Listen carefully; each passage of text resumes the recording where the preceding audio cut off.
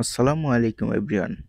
আজকে আমি দেখাবো কিভাবে অ্যাপাচি আরটিআর 4বি বাইকের সাইলেন্সারের পার্টিশন ফেটে গেলে অথবা সাইলেন্সার থেকে ঝুনঝুন আওয়াজ আসলে সেটা কিভাবে ঠিক করতে হয়।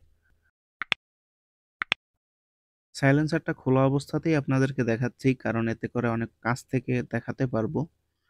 তো সাইলেন্সারের এই যে অংশটা, এর ভিতরে একটা চিকন পাইপ থাকে, ওটাতেই মূলত শব্দটা হয়। এর জন্য আমরা এখান থেকে ড্রিল দিয়ে ফুটো করে হাতুড়ি দিয়ে একটু বাড়ি দিয়ে ২টা পাইপ একসাথে মিলিয়ে ঝালাই দিয়ে দিয়েছি। আর এই নিচের অংশেও ঠিক একইভাবে ড্রিল দিয়ে ফুটো করে তারপরে ২টা পাইপ একসাথে মিলিয়ে ঝালাই দিয়ে দেওয়া হয়েছে। এরপরে আর কোনো কাজ নেই। এরপরে সাইলেন্সার আবার আগের মতো বাইকে লাগিয়ে দিলেই হবে।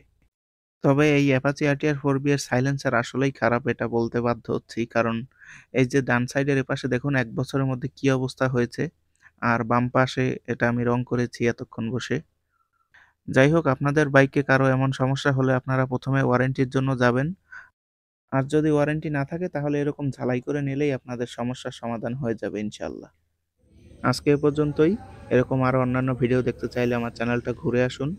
আর ভিডিও ভালো লাগলে চ্যানেলটা অবশ্যই সাবস্ক্রাইব করবেন।